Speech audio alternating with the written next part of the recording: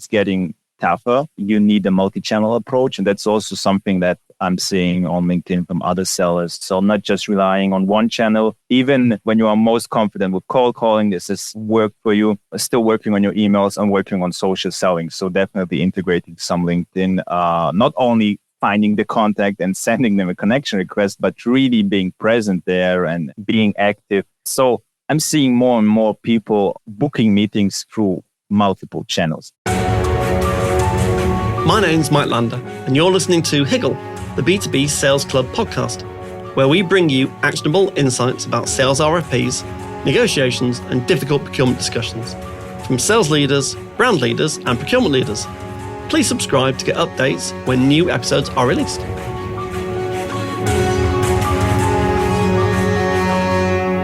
Harris, thanks ever so much for joining me on Higgle, the B2B Sales Club podcast. Thanks so much, Mike, for inviting me to the show. Looking forward to this. We met on LinkedIn because you were posting lots of content about sales enablement.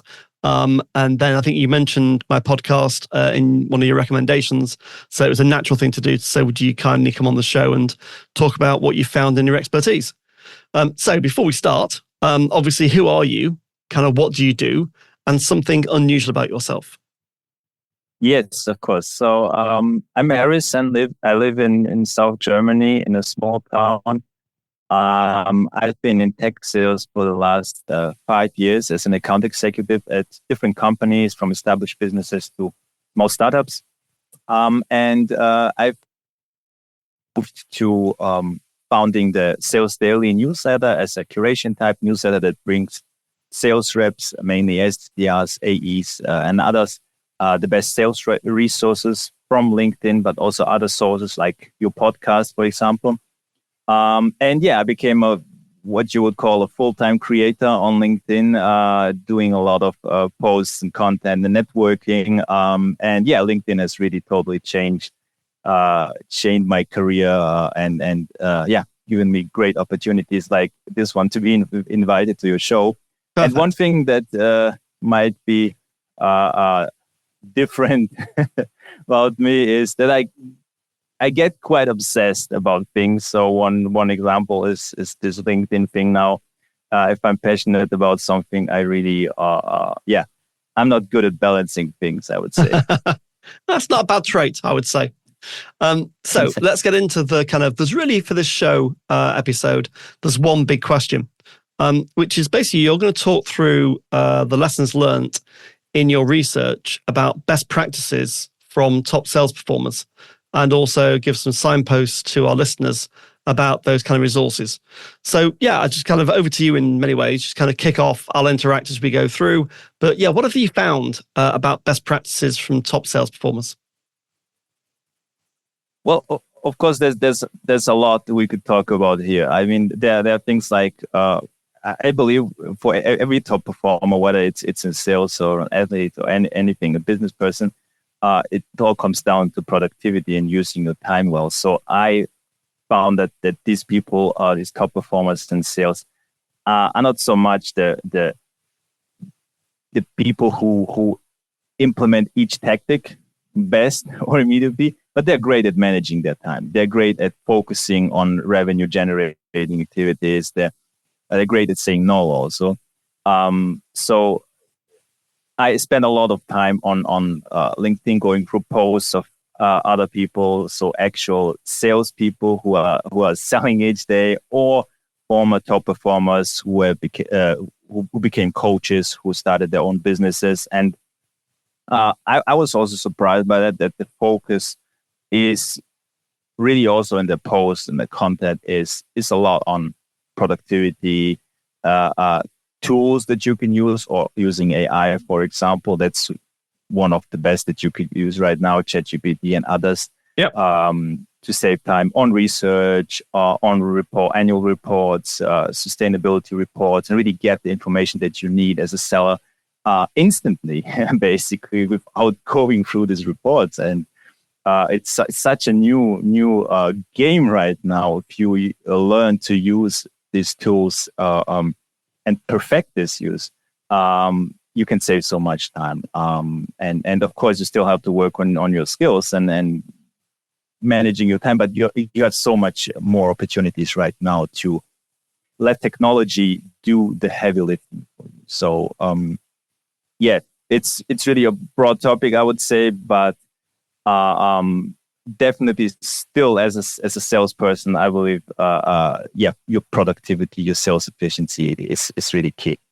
And so what have you come across? So kind of just like talk through a few of the technology enabling tools that you found, which genuinely help salespeople become more productive. Well, one example is an AI note taker. So of course, it's obvious. It's not something that just started this month. They've been around for a while, but still, many salespeople are not using them consequently with each call. And it's so obvious. I mean, you get the whole transcript, you get the summary of the call, you even get next. I mean, you get everything like you would have an assistant. It's truly an assistant that never sleeps. That's always there, never complains. And they're so affordable also. So yeah, that's one thing, for example. Just recording those calls also that you're making and analyzing them afterwards with AI. You can do this with all kinds of tools. I mean, you could take these transcripts that you get from your note taker, put them into ChatGPT, Perplexity, whatever, and tell this this other tool to analyze basically where you can improve your talking time, words you were using, filling words. I mean, everything. You can really get very granular there. And before that, I mean, I remember just a couple of years ago, you would have to go through these recordings, listen to them. Actually, you would have to make notes. You would have to make notes during the sales calls. And then, I don't know, you would have all this kind of things flying around, and you would have keep a journal. You would put it in the CRM, and now it's just copy and paste. So it's just this part is such a time saver. You can save probably 5 to 10 hours each week as a salesperson, depending on your role. And there are many out there. I would experiment and see which one is the best fit. But I've counted more than 20 AI note takers right now on the market that you can use. Yeah. Now, one thing I have noticed is having, like you talked to a lot of salespeople, is some of their prospects and some of their clients don't allow it. So when you hit the kind of the larger enterprise space, a lot of prospects and clients will say, turn off your note taker. We are not allowed to have note takers on calls. Yes. And then I have been selling in the German-speaking market. They're quite sensitive when it comes to the data protection. So of course. Yes. Of course. Unfortunately, it's a common thing, but still, it doesn't hurt to try. Yeah. Especially with smaller companies. Yeah, just ask the prospect or client on the call, do you mind if I take some notes? They're only for me. They don't go anywhere else, but they help me improve and they help me capture the essence of the call rather than having to write handwritten notes, because we know we get distracted if we start writing notes and we're trying to work, especially on a virtual call. Yes, we can promise them complete focus on them during the call and the greatest recap email they ever gotten. So. Correct, exactly. So what else? So what else have you found? And you can talk about kind of top of funnel, middle of funnel, or bottom of funnel, as you like, about enabling technologies that salespeople should be thinking about. Yeah, one is definitely digital sales rooms, where you can have all the resources in there and also see. Again, we have this topic of does the client allow this? Are there just fine with kind of being tracked in this sense, but it's a benefit for both sides, I believe. And I had this one case in a role as an AE where I had IKEA as an account, and my champion told me, hey, we have this annual meeting in our headquarters, and I really like your solution. Could you record me a video and send it to me and give me more information? And basically the jackpot. Yeah. And she wanted to do some internal promotion and then get us more departments as clients. And I had no idea who would see this, no idea what they were doing with that. If anyone was seeing that video and this resource that I invested some time into. So with digital sales rooms, of course, you can have so much more data, and it's more comfortable for the buyer as well. So definitely, this would be one thing that I would experiment with, find the best solution. And again, there are more than 30 on the market right now with different different pros and cons and strengths and weaknesses. So there's a lot to choose from. Of course, there are also all the when it comes to cold calling. I mean, there are all these AI tools that you could use. There are tools for better email writing, better emails. Again, relying on AI, and it's funny. AI was kind of thing already.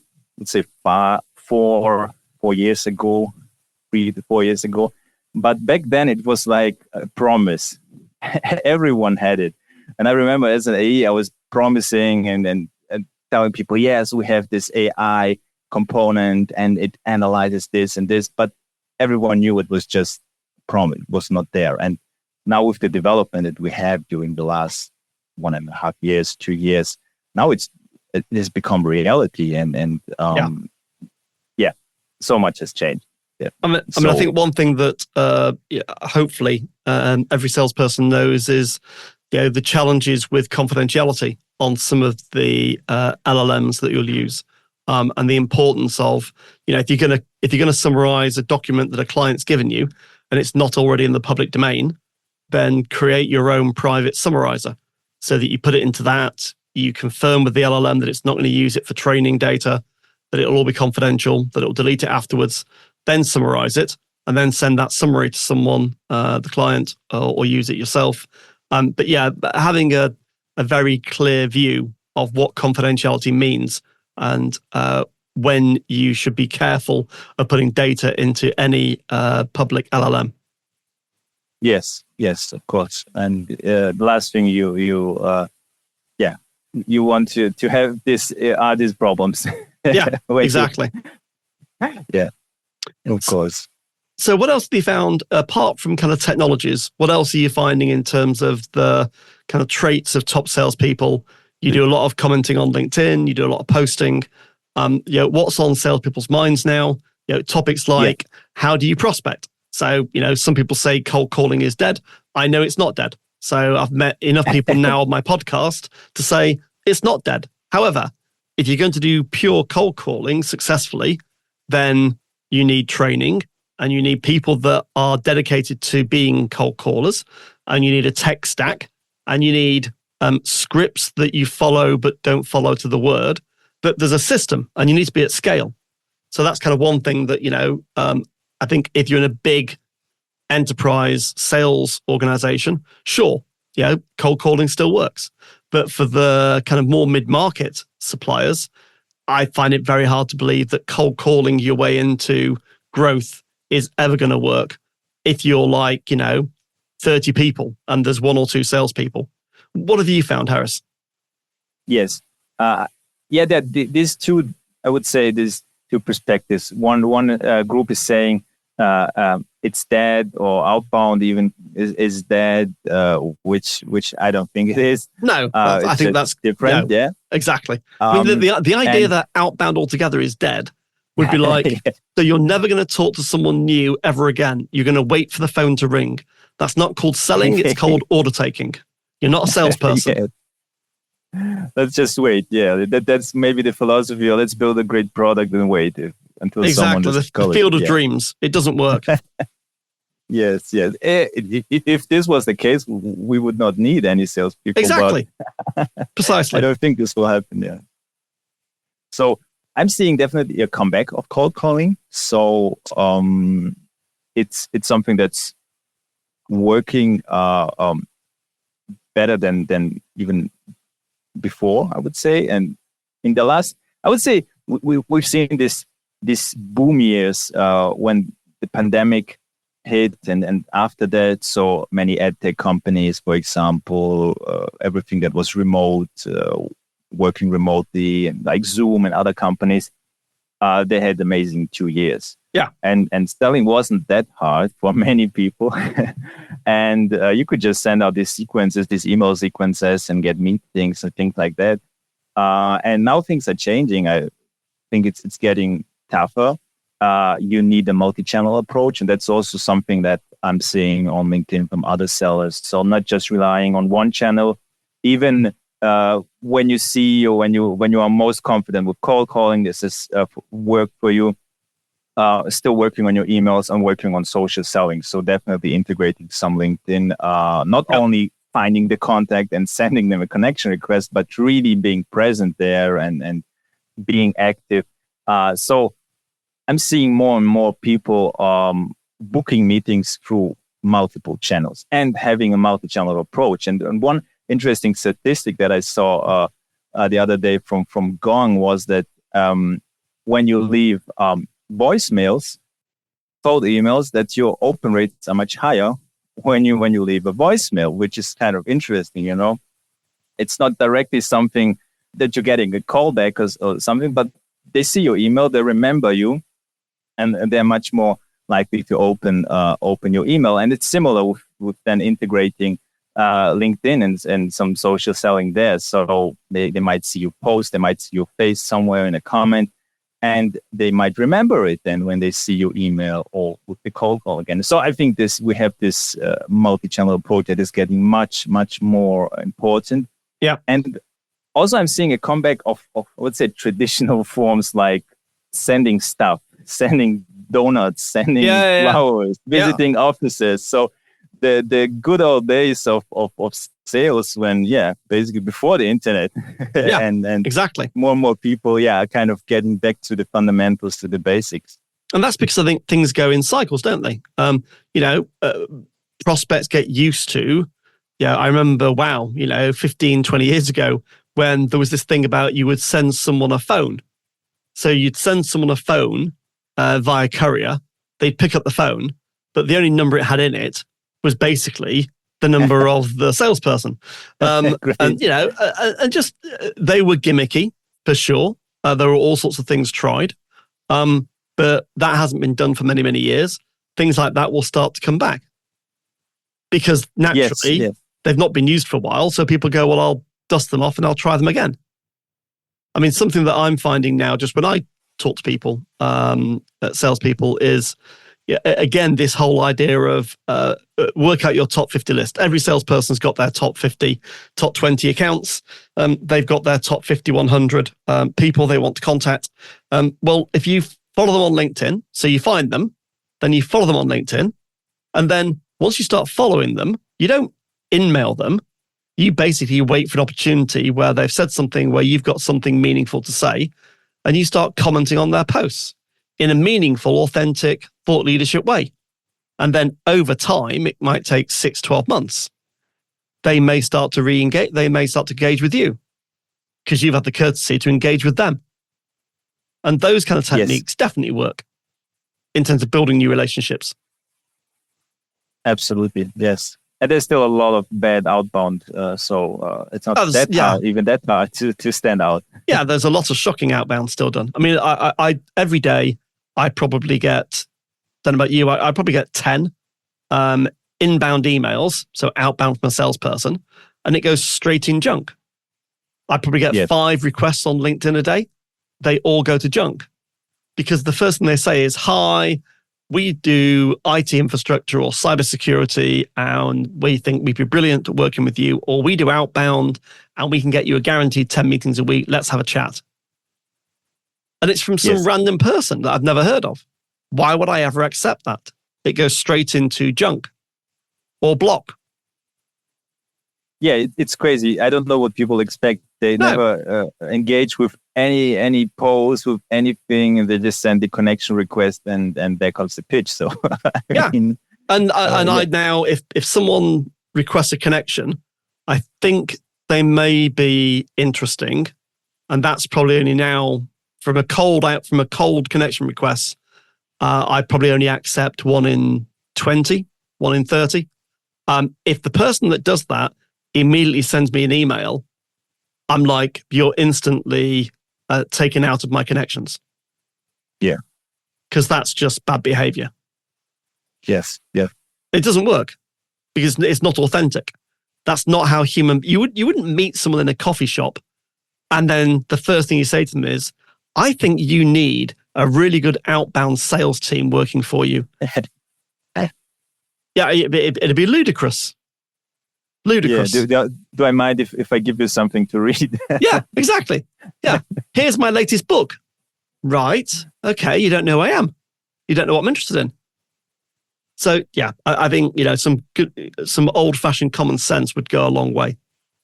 So what else are you seeing in terms of top of funnel, middle of funnel, or bottom of funnel that there's a bit of a trend towards? There's definitely a trend to real human connections with the use of AI tools. I mean, what you just described will probably, just we'll see much more of it during the next years with some type of AI tools trying to personalize the messages, trying to make them relevant. You commented on this, you like this post, you might be interested in our solution, things like that. I just see a lot of providers popping up, a lot of agencies popping up who are selling this stuff. I don't think it works, but it seems to be selling for them. So I think we'll see even more bad outreach and even a larger shift to real human connections, whether it's visiting the office, events, everything that shows you're a real human and I can have a normal conversation with you. Exactly. And you're not a bot. Correct. Yeah, and I think likewise, my fear is that we end up with a wave of synthetic salespeople that are AI bots that have been well trained to do initial outreach, and they're doing it at mass volume. And on that grounds, they might break through onto a few prospects, and then obviously you get directly connected to a salesperson, a real human.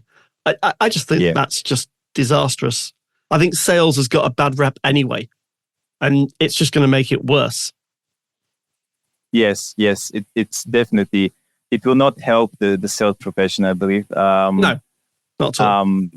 Some companies will probably, a great success story to selling this stuff. AI, BDR, SDR, there's everything out there. I saw a post 2 days ago from a sales leader who received a cold call from one of these AI agents, AI BDRs, and during the first minute, he thought it's a real call. So then he started asking questions like, where are you located? Or how long have you been calling or in sales? And then the AI BDR just kept on pitching. He ignored the questions and then it was obvious. But exactly, they will adapt, they will learn. And so probably in 1 year or something, we'll have different situation there. And maybe most calls will be made by them. So very interesting times.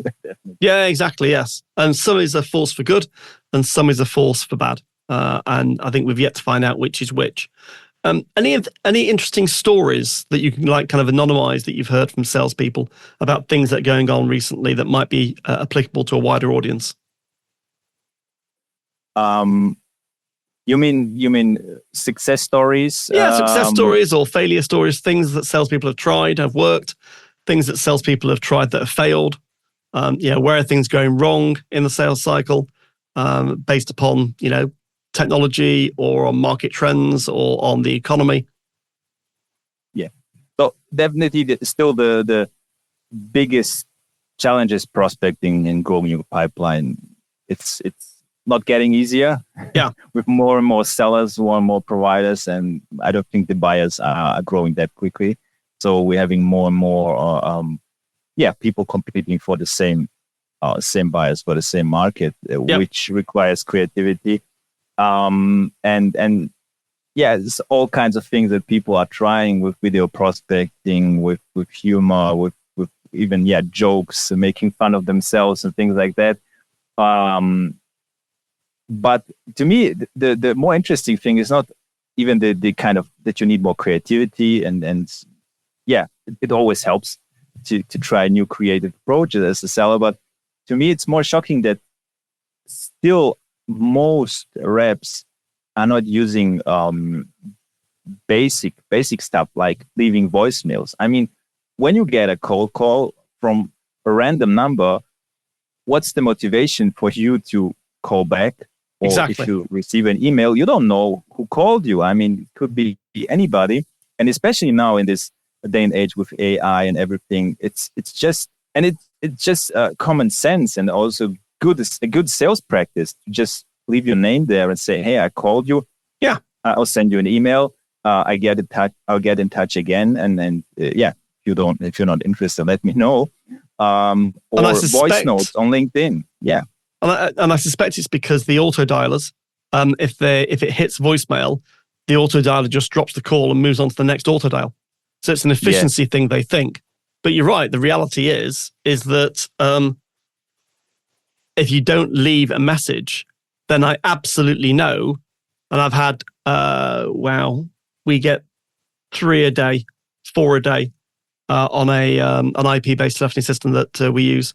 And as soon as it goes to voicemail, then they just drop the call. Because I know, therefore, it's an auto outbound dialer. But also the reps. I mean, how many voice notes on LinkedIn did you receive this year, for example? Probably you remember most of them because they were, I guess, less than 10. Yeah. Maybe more, but a lot less than 10. For me, less than 10. There was a phase when I was receiving quite a few last year, but it seems to have died off this year. Yeah. And that's not even start talking about a short video or something, just introducing yourself in 30 seconds. And it's not that hard to stand out. It's not that complicated, but still, most people are not doing it. So, that's definitely a lot of people are talking about it, but I don't see many people doing it or following the advice. And it's the same with this, let's say, old school tactics with sending things, sending gifts, or just driving to the office and having a normal conversation. So still, most people are trying this supposedly easy route of sending text-based messages. Exactly. At bulk. And So slightly separate talk. So we're coming towards the end of the recording. But you left a corporate job recently, and you've now become one of the kind of part of the creator economy. Kind of when you did that, what do you basically focus on? So you realized there was a gap in the whole sales community. What was that kind of gap, and what need do you fulfill through the service you provide? So basically, I help salespeople discover new great sales tactics, best practices from other sellers, from sales trainers, from companies that they can use. So the goal is to bring them new sales tactics in 4 to 5 minutes daily in a really in a newsletter format mainly. Also, a lot of it is happening with the LinkedIn post. But I was surprised. I started engaging on LinkedIn in November last year, actually when I was looking for a new sales job. And I thought this would help me to, get more interviews. And it did. And the funny thing was, a few months later, I also quit because of LinkedIn, because I, was just experiencing a lot of interest in what I was doing, what I was providing, basically saving people time. Yep. Helping them discover new people to learn from who are implementing things that we've been talking about right now. How do you send a voice note, for example, on LinkedIn? I mean, what to include? What's a good prospecting video? What's a good cold call? Things like that. And I think we're also seeing a shift here that more and more of these mostly young sellers who have entered the tech industry during these great years need more training, need more support, need to learn from each other, especially in remote settings. And you don't have this sales office. Like when I entered tech sales, we had this office and there were like 50 salespeople. That's right, shouting on the floor. in different languages. You can ask, you can get inspiration from them. You just listen to their openness and things, objection handling. And most people don't have that opportunity today. So they have to rely on other sources like LinkedIn, the podcast, to get the best practices. And I think that's one reason why what I'm doing is working and why there's a need for it. Yeah, that's a very good point, actually. I remember many years ago, a friend of mine, Malcolm, who I used to work with, became a friend. He was in recruitment at some scale, and he walked me around the floor of a recruitment outbound center, who were obviously trying to find opportunities to place candidates. And it was like literally 100 people, all in their kind of 20s, with team leaders, and they were talking to each other, having calls, seeing what worked, what didn't work. Then you'd have like sprints to get through 20 or 30 calls, and then you'd have a review. And he said it's a massive kind of learning environment. You're getting constant feedback because you're in the same physical space. Whereas now you're not. You're on your own, often at home. And I don't do it, but I'd imagine if you're on your own at home as a young salesperson, and you're tasked with, you've got a target of making 100 calls a day, that's pretty soul destroying if you've no one to talk to about how it's gone. Yes. Yeah. So Harris, where can people find out more about you? They could just find me on LinkedIn, or go to salesdaily.co, which is the newsletter I was talking about. And just get in touch. Which channel they prefer is up to them. So, but LinkedIn is always the quickest way I find. Yeah, and definitely signing up to your insights and knowledge series. I think it's a fantastic thing to do for any new salespeople. Harris, thanks so much. It's been great having you on the show. Thanks ever so much. Thank you so much for inviting me. No problem. Right, we'll now stop recording. That audio problem came back, by the way, just out of interest. Oh.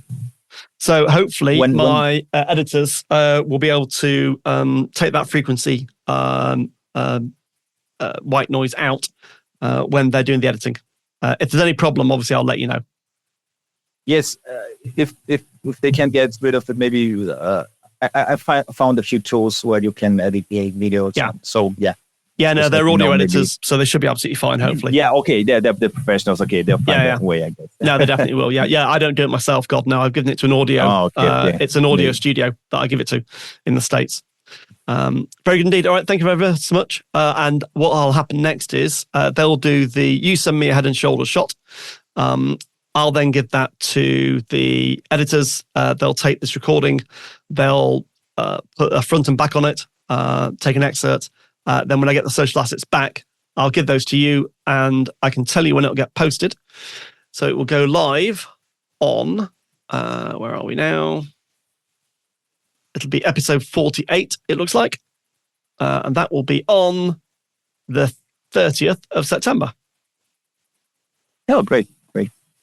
Perfect. And then obviously you can promote it on LinkedIn. That'd be fantastic. Yes, of course.